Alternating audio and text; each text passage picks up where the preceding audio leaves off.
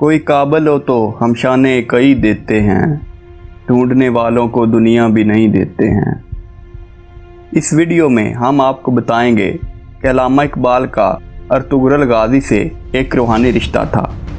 Ertugrul Ghazi के नाम की वजह से ही इकबाल ने शायरी में शाहीन का जा बजा जिक्र किया है।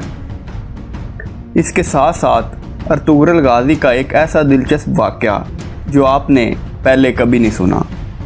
और इसके अलावा जब 1923 में सल्तनत उस्मानिया टूटी तो अल्लामा इकबाल ने इस गम में कौन से शेर कहे।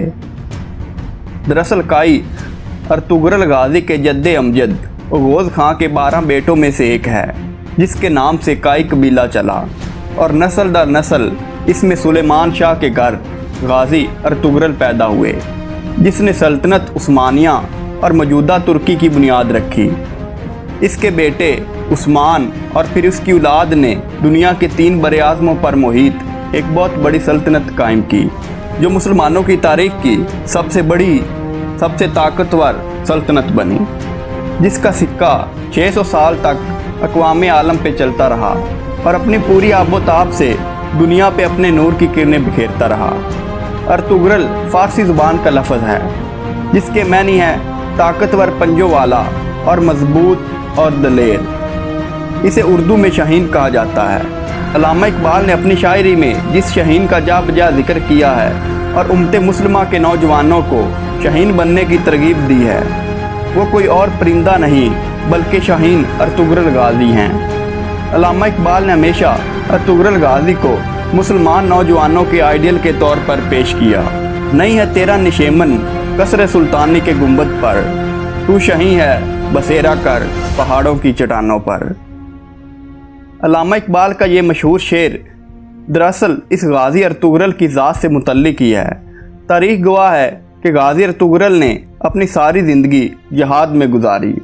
आपने बहुत से किले फ़तह किए, बाज़ार और बस्तियाँ फ़तह की, लेकिन कभी भी अपनी रिहाइश पत्थर के बने आलीशान मकानों में नहीं की, बल्कि पेड़ की खाल, ऊन और लकड़ी से बने खैमों में ही ज़िंदगी बसर की। सारी ज़िंदगी जिहाद में गुजारी। कई माह तक घर से बाहर जंगलों, पहाड़ों, मैदानों में रहे और जब तक ज़िंदा रहे आपके कबीले काई ने भी खैमों को तर्क नहीं किया।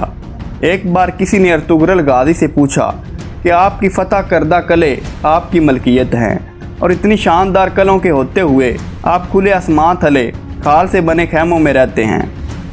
तो आपने जवाब दिया था कि इन पत्थरों के बने घरों में रहने वालों के दिल भी पत्थर के हो जाते हैं और खाल से बने खैमों से दिल में आजिज़ी और इनकसारी पैदा होती है और एक सोच जो हर वक्त रहती है कि जैसे ये खैमे आर्जी हैं, हमारी ज़िंदगी आर्जी है और जब तक ज़िंदगी की मोहलत है अल्लाह की मखलूक को एक निज़ाम इंसाफ मुहैया करने के लिए जद्दोजहद करनी चाहिए।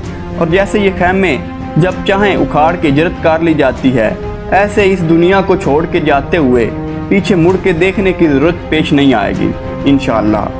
अल्लामा इकबाल अर्तुगरुल गाज़ी को इसलिए अपना और तमाम उम्मते मुस्लिमा का रोल मॉडल मानते थे। जैसे उन्होंने मुश्किल तरीन हालात, महदूद वसाइल और हर तरफ से साजिशों, गद्दारियों और दुश्मन में घिरे होने के बावजूद अपने रब के भरोसे से अपनी जद्दोजहद जारी रखी और कभी हार नहीं मानी। 1923 में सल्तनत उस्मानिया टूटी तो अल्लामा इकबाल बहुत रंजीदा थे और उस्मानियों को हौसला बढ़ाने के लिए बहुत कुछ लिखा। इसमें एक शेर बहुत मशहूर हुआ जो पिछले दिनों तुर्क सदर रजब तैयब उर्दगान ने अपने दौरे पाकिस्तान के मौका पर पढ़ा और अल्लामा इकबाल को खराज अकीदत पेश किया। वो शेर ये है, उस्मानियों पे कोहे गिरा टूटा तो क्या गम है कि 1000 अंजुम से होती है नवीदे सहर पैदा। तुर्की की अवाम आज भी अल्लामा इकबाल से बहुत अकीदत रखते हैं और उनकी शायरी बिलखुसूस जो तुर्कों की हौसला अफजाई के लिए की, इसकी बहुत कदर करते हैं। अल्लामा इकबाल और गाज़ी अर्तुगरुल का ताल्लुक़ एक शमा और परवाने का है, एक मुहिब और महबूब का है, एक आइडियल और मुतलाशी हक़ का है, एक शाहिर और उसके मजमूआ कलाम का है, एक बहुत मजबूत मुखलस मुसलमान का दूसरे मुसलमान के साथ एक जिस्म जैसा ताल्लुक़ है। जब तक दुनिया है ये ताल्लुक़ नहीं टूट सकता इंशाअल्लाह।